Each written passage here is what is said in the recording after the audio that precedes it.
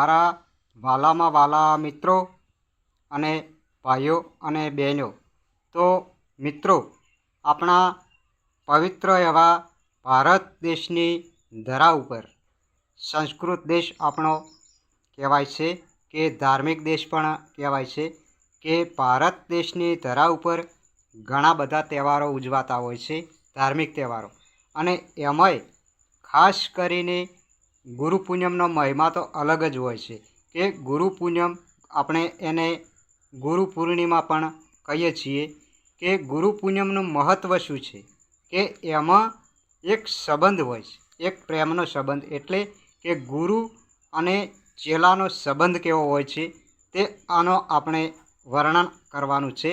તો મિત્રો વિડીયો પૂરેપૂરો ધ્યાનથી સાંભળજો અને ચેનલને સબસ્ક્રાઈબ કરી લાઈક જરૂરથી કરજો મિત્રો, અને શેર કરજો। ચેનલને સબસ્ક્રાઈબ કરી અને સપોર્ટ કરતા રહેજો, તો આવા ધાર્મિક પ્રસંગોના વિડીયો હું તમને આપતો રહીશ।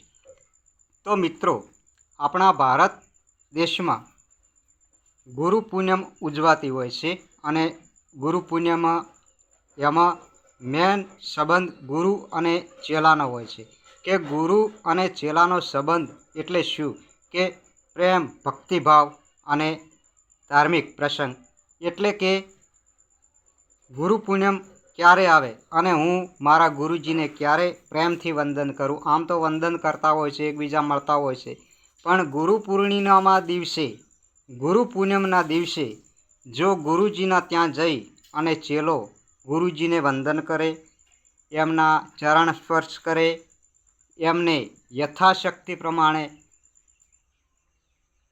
દક્ષિણા પણ આપે અને ગુરુજી શિષ્યને ઉપર હાથ મૂકી અને સારા આશીર્વાદ આપે કે જા ચેલા બચ્ચા, સદા સુખી રહો અને ભક્તિ કરતા રહો, તમે પણ કોઈક દિવસ મારી જેમ ગુરુ બની અને તમારા શિષ્યોને સારા માર્ગે દોરજો અને સારી સંસ્કૃતિ આપણી ભારત દેશની એમને વારસો આપી અને એમને આગળ ધપાવવાનું કરજો કે માટે આપણા ભારત દેશના હિન્દુ ધર્મના કોઈ પણ ભાઈ કે બહેન, નાનું કે મોટું, ઘરડું વ્યક્તિ હોય પણ સારા માર્ગે દોરવાનું એમને જ્ઞાન આપજો।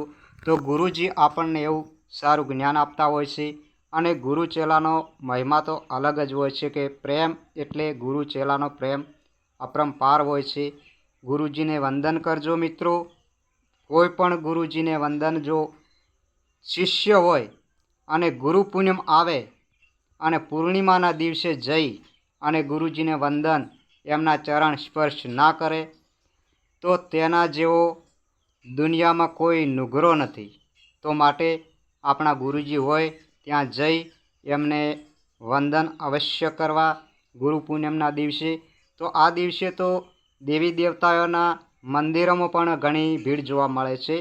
અમુક પોતાના કુળદેવતાએ, કુળદેવીએ દર્શન કરવા માટે પણ જતા હોય છે। તો સારામાં સારું કહેવાય કે ધાર્મિક દેશ આપણો ભારત દેશ છે, આવો દેશ બીજે ક્યાંય નથી, ધાર્મિક, સેવાભાવી।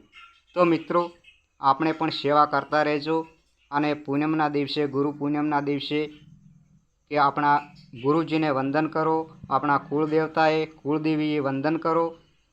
આપણા ભારત દેશને ક્યારેય પણ ઊણી આંચ નહીં આવે મિત્રો, ધાર્મિક દેશ છે આપણો અને આપણે પણ ધાર્મિક છીએ। સેવાભાવમાં આગળ વધતા રહો અને કોઈનું ખરાબ ના કરો।